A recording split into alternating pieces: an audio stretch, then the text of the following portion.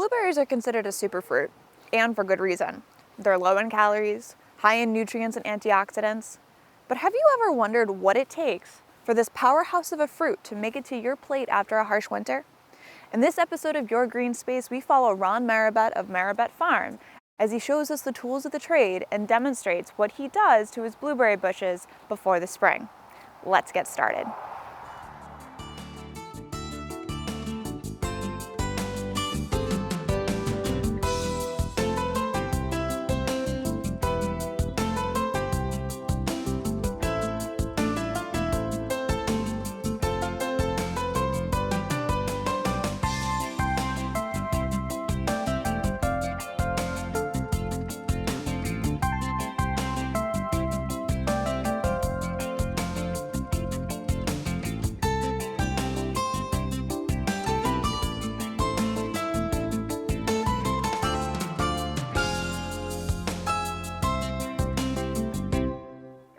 Hi, my name is Ron Maribett.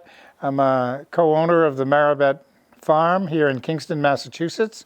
And today we're going to do a blueberry demonstration. But before we start with the tools of the trade and move into the field, I'd like to make a couple of announcements. First of all, I'm not wearing a mask here because I'm socially distanced from the camera person. And for my respiration and my ability to communicate better, if at any point we have to approach closer, I have a mask in my pocket, I'll put it on. And when we get to the field, we'll be completely outside and we'll maintain the same social distancing. We are in no way opposed to the use of masks. We encourage it, we support it, and we use them in all of our interactions with larger groups. So thank you very much for joining us. We're really grateful to have you in our community and in our family here. So yeah, let's get started. So I'm going to begin with the tools of the trade. We have to have our tools. This is the first of two blueberry pruning, and maybe later during the second blueberry pruning workshop, some raspberries. This is the first of two in which we will talk about the tools of the trade, and we'll talk about winter pruning. Okay, the second will be on springtime or later pruning when there is foliage. It's a different set of circumstances, so we're going to sort of start here and move toward that later in springtime. The tools, however, remain the same in either case, except in the springtime we will use a lighter pair of gloves. I highly recommend wearing a pair of gloves when you're pruning, but this lighter weight pair gives you good management of the branches and so on. I'm going to use them today. You know, you could cut yourself or you could do injury, especially if you're just starting out with this and your hands aren't hardened off. Okay, so that's one. And the other pair of gloves is where last week I was doing some pruning and it was pretty bitter cold, so I wore this heavier set of insulated gloves. Then we get to the hardware. This is a smaller gauge pruner, and I just tried them out. You can find them online or probably any hardware store along the way. This one is for those who might have problems with their elbow, tennis elbow. This one has a rotating lower handle. Okay, so what that does is as you squeeze, and you can cut larger branches with this, it absorbs some of the tension at the point of the cut where it clicks. So some of the energy goes into the hand and not into the elbow, where these, when that click happens and so after a day of pruning a lot of blueberries, you might find yourself with some tennis elbow. If you do, you can go and shift over to these. And I use them occasionally if I see some larger branches. This is for cutting whole canes. These are called loppers. There's larger ones, smaller ones, whatever. I use this one because it just works for me. You have to figure out what works for you. Finally, we have the big brother here, Gunther, I call this one. Occasionally we get into a situation where there's an overgrown cane and there's some damaged materials, infested with bugs, and I have to make a cut down through a root that's too big, or down to the edge of a root which is too big for any of these devices. I get out my handy chainsaw and I just cut right down through that, separate that out, and go from there. Also, we have this situation where the swamp maples can get in and get started and accelerate very quickly. And they are in a position where you can't get around them and cut them, so I would use that. They are cutting tools, and they need to be sharp. And there's two reasons for that. One is to get a good, clean cut on the plant. It does less damage to the plant. It allows it to heal over more quickly. So you want to have a good clean cut on the plant. The second thing is that it wears out the equipment more quickly. So you're going to spend more money. And in small backyard activities, we don't have a lot of money to spend. We're trying to be economically viable, okay? So we need to take care. So it means taking a little bit of time to keep the blades nice and sharp, and I spray them with WD-40 every time I go out to use them, just to make sure they're well lubricated and everything like that. In order to keep them sharp, I have two tools for this. One of them is over here. So right now, I'm going to use the stone here to take off any extra material where this might have cut something too hard or it might be damaged. I'll take the damage and then I'll angle it. In this one case, I don't have to do that because it's a nice, I keep these sharpened every year, so it's a good edge, but it's not as sharp as it could be. So I'm going to start and just feather it lightly with this stone.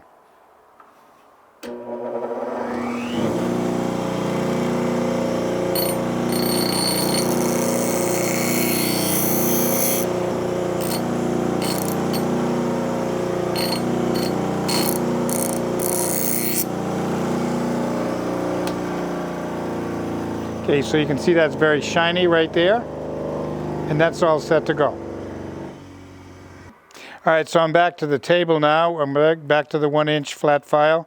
The wheel that you just saw demonstrated only comes down about 2/3 of the way without hitting the other parts, so you can only do that. So I want to make sure that's nice and smooth and filed off. That's the edge, that's the cutting edge right here. This is called the table. This is the table. This is a bypass table. There's two different kinds of pruners. One of them sits on a flat table. I won't use it. It does not give a good clean cut. I think they're for cutting flowers maybe better or something like that. But I will only use the bypass blade because it makes the best, cleanest cut. I might clean that out a little bit and do that part by hand.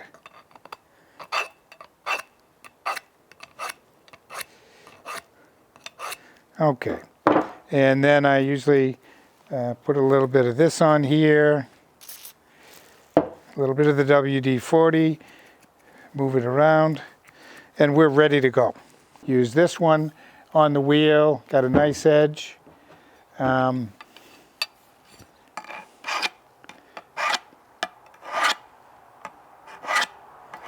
So this should make for good clean cutting all the day, minimal damage to the plant, minimal damage to the human body, and minimal damage to the equipment.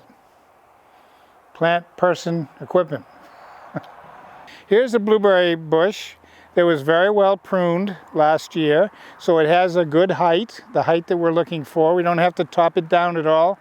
Some of the older bushes, we're going to have to do a little bit of that, but this is what a well-pruned blueberry bush that had a pretty good yield last year looks like the year after, and it needs maintenance. I'm going to leave this second one and let it go to foliage, and I'll show you how to do foliage time pruning, and you'll see the difference between that then and what this will look like when we're done here. Okay? So without further ado, the first thing we want to do is we want to make sure our metal never touches the ground. So I always find a cane that I can lean my loppers onto, well sharpened, well oiled. And that cane is going to be removed because it's a dead cane, but I'll do that at the end, just before I walk away. And I'll show you a little trick about what you can do with that dead cane after these larger pieces of wood when we're done. Okay, so the first thing that you want to do is you want to remove all of the dead wood. We won't do all of that today. I'll finish that up after the session. So for example, here's a pane that is broken. So what we're thinking is large birds came through in the winter and landed on it and broke it. Okay, so I'm going to use these pruners that have the rotating handle so that we can show you how that works. Okay, a nice clean cut. There was very little vibration coming up my arm. If I cut that same cane, there's another one right next to it that's also dead, right? It has a new shoot off of it, but this is all dead. It's about the same size. I'll do that with this one.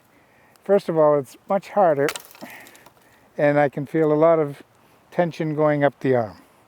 So that's the way I do my hand pruning. And I'll just do a few more here to clean out this area. All the dead wood, this is called winter kill. These small pieces, you can even break them off. I don't know if you can get that. That's what the winter harsh cold weather does to the latest growth in the previous year. It hasn't developed enough to where it can be strong enough. We want to keep the middle of the plant open, all right, and so that there can be airflow and sun shining in all through the season. We do these blueberries organically, so we don't use Roundup or any of those chemicals to do weed control. So therefore we tend to have brambles and things come up and baby maples. So we have to get in there, and of course the brambles have spines, so that would just really ruin your day. So you really want to go in and start with those. There's 3 or 4 of those in here. So you go right down as far as you can to the bottom. There's some bittersweet. I'm going to cut that all out. And they look the same color as a blueberry cane, and you reach down without being totally mindful, and all of a sudden you're grabbing that instead of that. And that'll do some damage to your skin. I make neat piles with my prunings, and I consolidate them, and then I take the larger pieces for fruit wood for cooking, and I'll show you that later. You always want to keep a distance between the other plants. So these 2 are growing together. So you can see I'm making a little aisle for the person to pass through who wants to pick these blueberries. I'm cutting off all this dead wood. All right, so this is the part, and here's some where they're all touching. This is no good.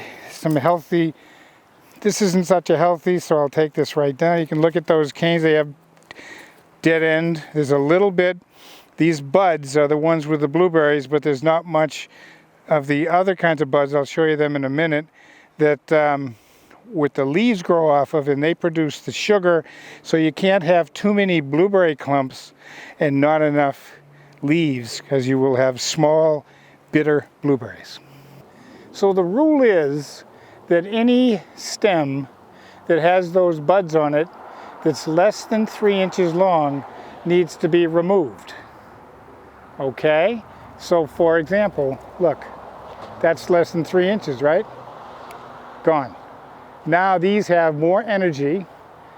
The energy that would have gone into that, counterproductive, will go up into these with these buds, and you can notice along here, those are the leaves. So on that stem, you can see there's 1, 2, 3, 4, 5 leaf buds, and 2 blueberry clump buds, okay? And then over in this one, you'll see there's 1, 2, 3, 4, 5. So there's plenty of sugar for those clumps of blueberries to mature, ripen, and be very rich in color and flavor and size and texture. So we have to go through this entire bush and do that, but that's the goal of it. So I can again see here, like that's less than 3 inches. This right here can add to the inches, right? From the stem below the branch, if there's not another one going on. So like this one right here, it's just a little over 3 inches, but you start here really. You know what I mean? Okay, so, and then this one has got 3. And then this one is kind of close. And this one, I'm gonna take the one that's lowest. All right? So there's a well pruned branch from the main stem. And you have to do that with every one that you're gonna keep. So now I want to go back to the idea of removing canes. That's a big important part, and it's probably a good idea to do that first, because then you'll see what you really need to clean out. And so I'm seeing in the middle here, this is a kind of a, it's not doing too well up there like that other one we showed you over there. You notice that there's some buds on there, there's some stems, there's a lot of deadwood. Why is that? It's because this is competing in the middle. So I'm going to go in and cut that down with the loppers, okay? You'll notice right next to it is another one. That's a new growth. Why don't we give that one a chance? So Oh, it's so good to have very sharp loppers. I hardly felt that at all. So see how much this opens up. This one has some pretty good growth up here. This one has some, that's really busy in there, so let's take the busyness out of it. You always cut at an angle so that water can't gather on the piece that you cut off. All right. Okay. So there's not much red, new, healthy growth on there because it was all impacted in the middle. Okay. So now I want to tell you the little secret. If you like to cook on a grill with fruit wood for meats and vegetables, vegetarian as well. So I usually end up doing this.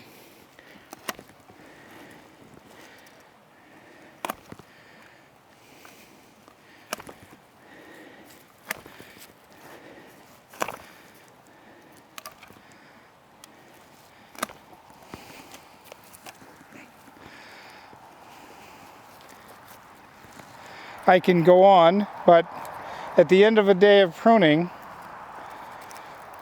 I have a stack of blueberry fruit wood. So I make these into bundles, I tie string around them, and I put them out to dry. And by the 4th of July, you can use that to cook whatever it is you like to cook on an open flame. So it's another use. This is where the permaculture comes in. This is a permaculture operation. We try to use everything at least 3 times. So this pruning operation is generating blueberry fruit for the summer. It's producing a healthy plant. It's giving both Erika and I, in this case, a lot of fresh air in the blue sky, a lot of good cardiovascular work, and it's also giving us some cooking supplies for tasty foods in the summer. I just put those over there. Now, no cane should be over 7 years old. I keep it under control so that these are probably all 5 or 6, and occasionally there's a big one. This is more than 7 years old. It's starting to grow some mildew and so on and so forth, but it's got a lot of nice, or it has up through last year, a lot of nice new growth, all right? But it looks now like it's time for it to be retired. And I see a new one coming in right under it. If I were to go in here,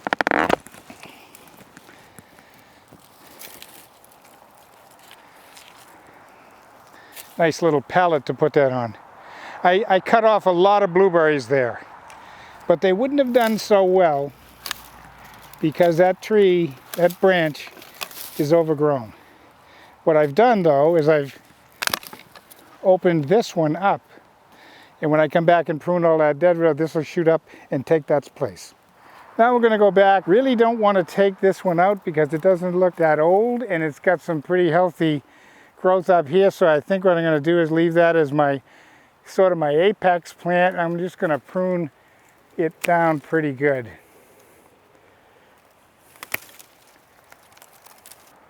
So these 2 branches are rubbing. I have to make a choice. This one looks much more healthy and productive to me than this one. So I'm going to take this one right out of here. I'm going to need 2 hands to do that.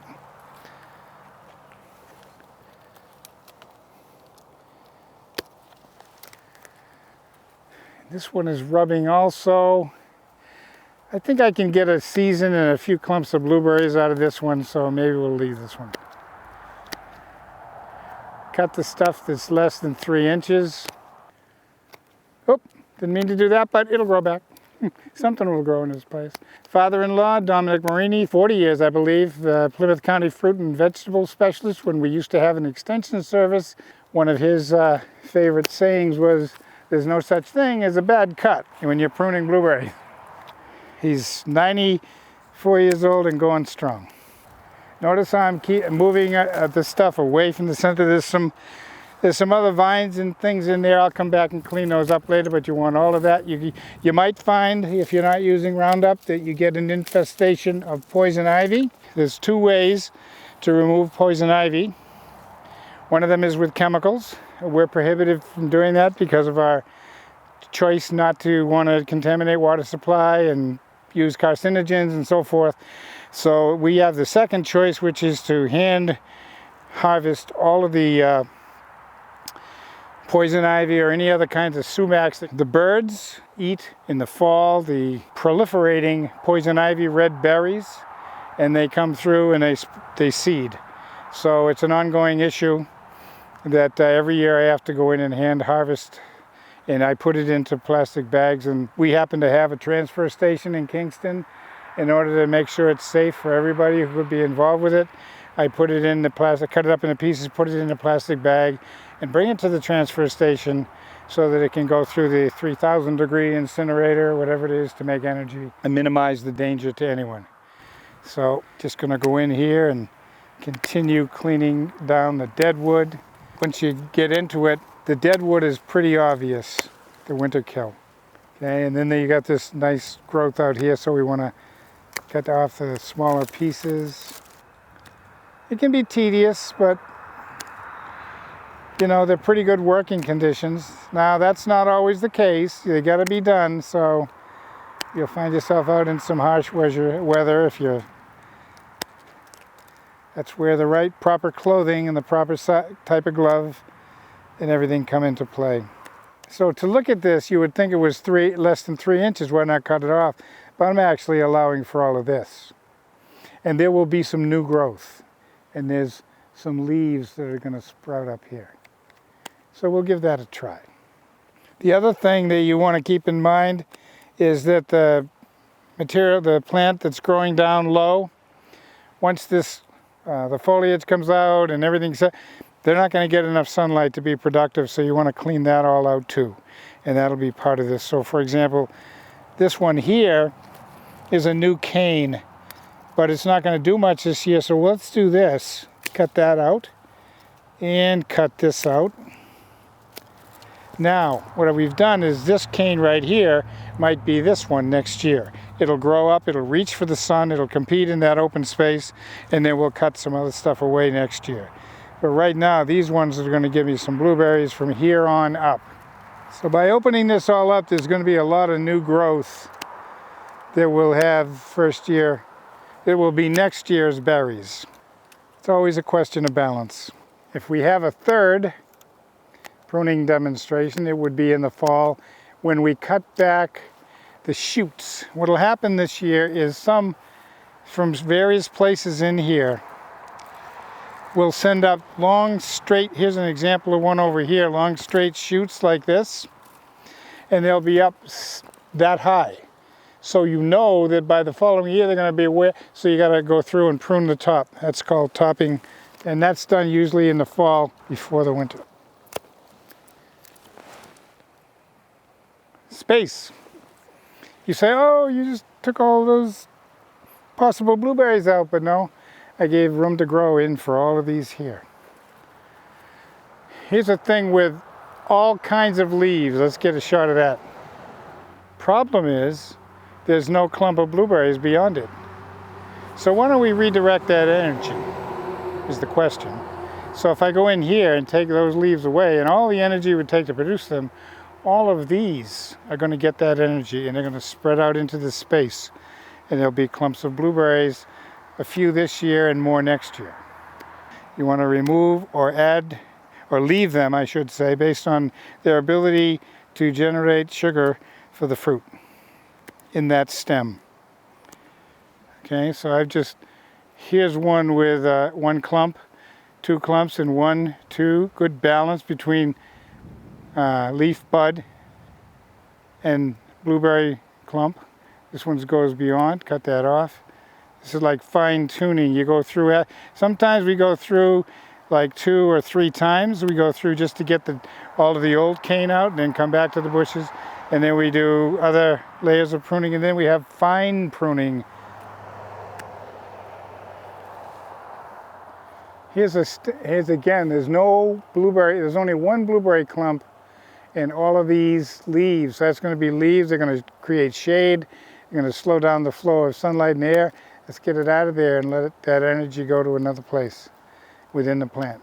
The best results you can get is 6 to 8 pounds per bush. See, here's a good one right here. Blueberries, blueberries, blueberries, blueberries, leaves, leaves, leaves. So yeah, and lots of leaves here, and that's going to be productive. You can see the dead wood going away, right? Mm-hmm. It's starting to turn redder. So we have 100 bushes here, so that's a week's work. It's a 40-hour week. If you have a dozen bushes, no problem. You know, if you're a small backyard operation, you can do it in a couple of mornings or afternoons or whatever. This is when they're mature now. In the beginning, it takes very little. So I'm not, oh.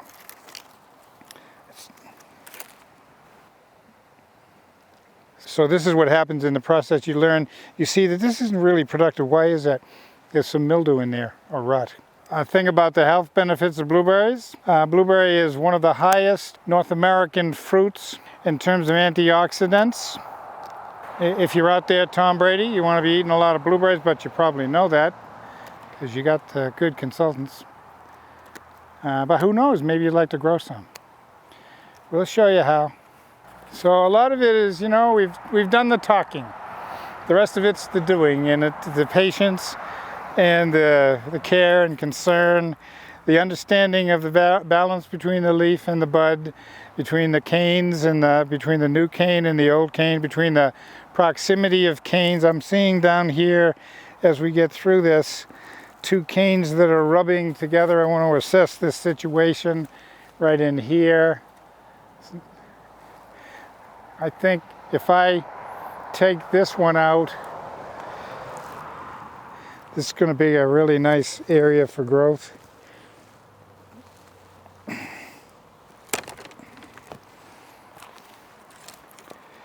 This is a piece of wood. Permaculture. Waste not, want not.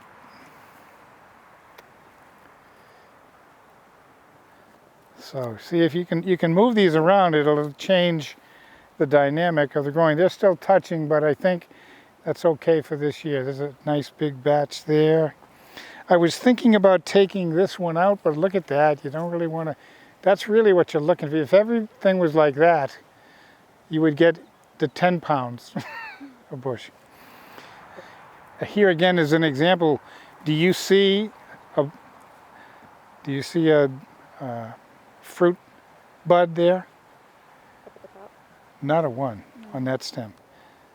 I see a lot of leaves, so I want to send the energy from those leaves out to here. And there's a clump there with 3 leaves. It's 1, 2 clumps, 1, 2, 3 leaves. And all of this stem here to feed them. So this will fill. All right, so here's a piece right in the middle. Malcolm in the middle. It's got a little growth on it, but yeah, I don't think it's productive. The sun won't get in. Yeah, this is bittersweet. That just grows wild. So I spend some time every year pulling that out. You gotta get as close to the stem as you can. You don't want to create a medium for mildew and other pests that might come along. Now that it's all cleared out and you can be really selective, there's this one that we were leaning our pruning loppers on. That's dead. Maybe I can even just break it up. Yeah.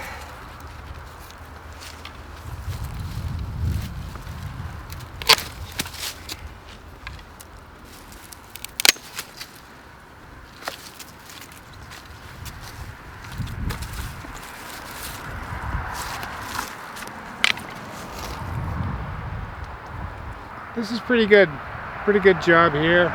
We may come back and manicure it a little bit more, but thank you very much for joining us here in winter pruning session 1 pruning, in experiences worth sharing. I'm grateful to have had this opportunity to share this experience with you. We'll come back in pruning demonstration number 2, spring pruning, and we'll start with that second plant. A lot of this other stuff will already be pruned. I'll be working hard in between now and then, but we'll save that one for comparative purposes and show you what this one might have looked like had we not pruned it down, and show you how to prune that down to reflect what we're trying to accomplish overall. And maybe at that point we'll find a few more cuts that we want to make in here. and maybe we'll talk some more about the diseases that you have to fight, you know, the mummyberry and certain kinds of things like that, and how you can do that mechanically instead of with chemicals if you're interested. But again, thank you, and I look forward to seeing you again down the line.